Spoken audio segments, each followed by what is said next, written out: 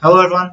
This week's parsha is Parshat V'Etchanan. We're actually going to go towards the end of the parsha because it's the source of a very well-known halacha among all Jews. That is to say, who determines whether or not a child is Jewish? Everyone knows it's the mother who determines it. That is to say, if the mother is Jewish, then the child is Jewish.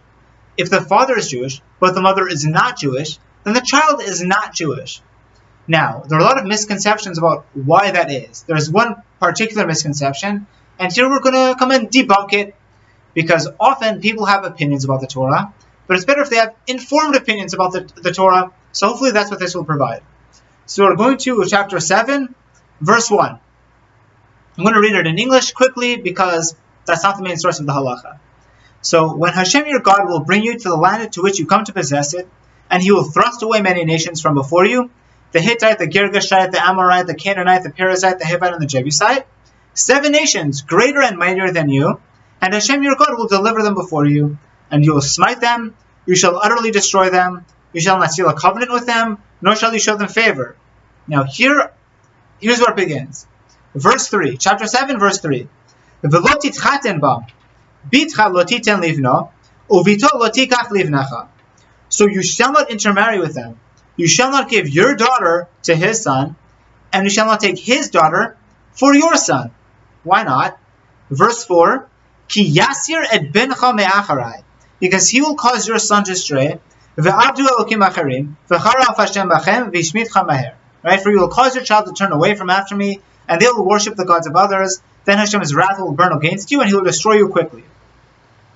Now, I was thinking whether or not I should show you the Mishna inside, and then the Gemara. I think it's too complicated because this is really going on very precise wording, so I'm not going to do that, but I'll give you the general idea. So this is sourced in Samech Vav Amud Bet of Kiddushin, so it's 66b in the Masechet Kiddushin. Apparently there's a source for this in Yevamot as well, but I've never seen that inside personally. And then the Gemara is on 68b, Samechet Amud Bet. So the Mishnah says as follows on 66b. So it starts going through like, when is a woman married? When is a marriage work? As in, when is a marriage tofes? When does it catch? That is to say, to a specific person or in general. So, for example, let's say a sister wanted to marry her brother, right? And they went through the formal process of the Kiddushin of the marriage. Does the marriage take place? And the answer is no, it does not. There's no Kiddushin. Even if they fulfill all the halachas of marriage, they're not married. Okay, but what if that same sister tried to marry a different Jew, just a regular Jew who she wasn't related to? So the answer is yes, she's married, that's fine, hopefully. And then, so what portrays the status of the child if she marries someone else, if she marries her brother? Fine. But then the part we're interested in, the Mishnah goes and says, okay, for what kind of woman can she not get married to any specific guy or to any guy in general? So that's, and what's the status of that child? So we say, a shevcha and a nochrit, a slave woman and a non-Jewish woman, she can't marry any specific Jewish guy or any guy in general, or any Jewish guy in general. What's the status of the child if she does have relations with such a Jewish male anyway? Vlad kimota.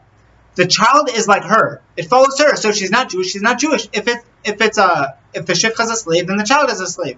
We're not getting into that. That's the source of the Mishnah. The answer is, why is the Vlad Kamota? Where do we know that from? What's the source in the Torah?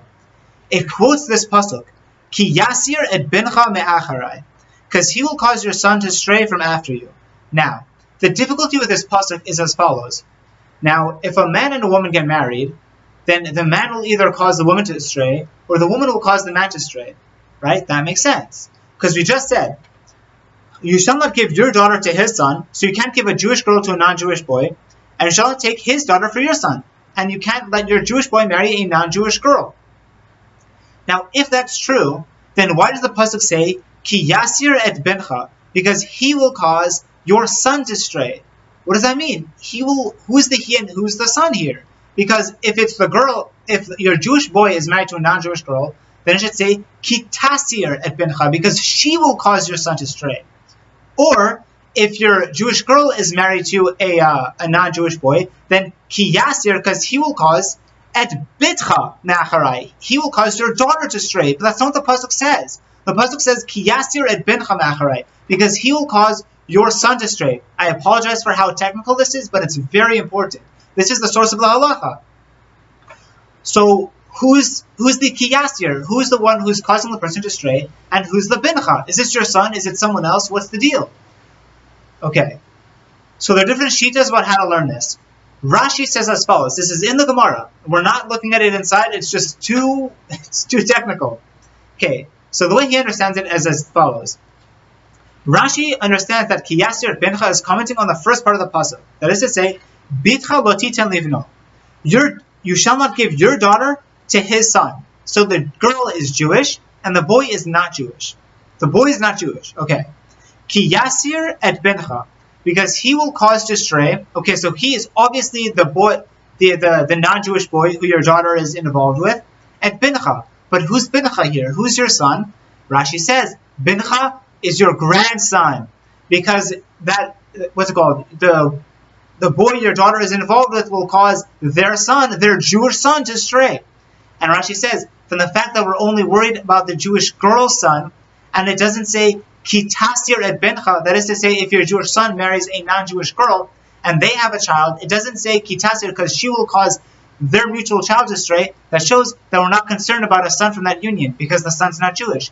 Only because it says kiyasir et bencha, because he, the non-Jewish boy, will cause your grandson to stray at bencha. That's when we're worried that boy is Jewish, the other child is not Jewish. That is Rashi. Hopefully that's clear. Just re-listen to it again, and hopefully that makes sense. Feel free to ask me questions in the comments. Tosfot learns it differently. He says, no, this kiyasir et bencha is not talking about bitcha lo titen livno, your daughter, you shall not give your daughter to his son. So on the last part of the pasuk, uvito lo tikach livnecha, you shall not marry your Jewish son to a non-Jewish girl. Okay, so Jewish son to non-Jewish girl. Kiyasir et bencha, because he will cause your son to stray. So this just clearly means your son. But then, who will cause your son to stray? His son? It can't be that. So kiyasir, says Tosfot, and he says this because of an extra line in the Gemara that he thinks Rashi doesn't deal with. So kiyasir is talking about your son's father-in-law. The father-in-law, that is to say, your son married or tried to marry a non-Jewish girl. The non-Jewish girl has a father. That her father is going to cause your son to stray. Ki yasir et bencha, he will cause your son to stray.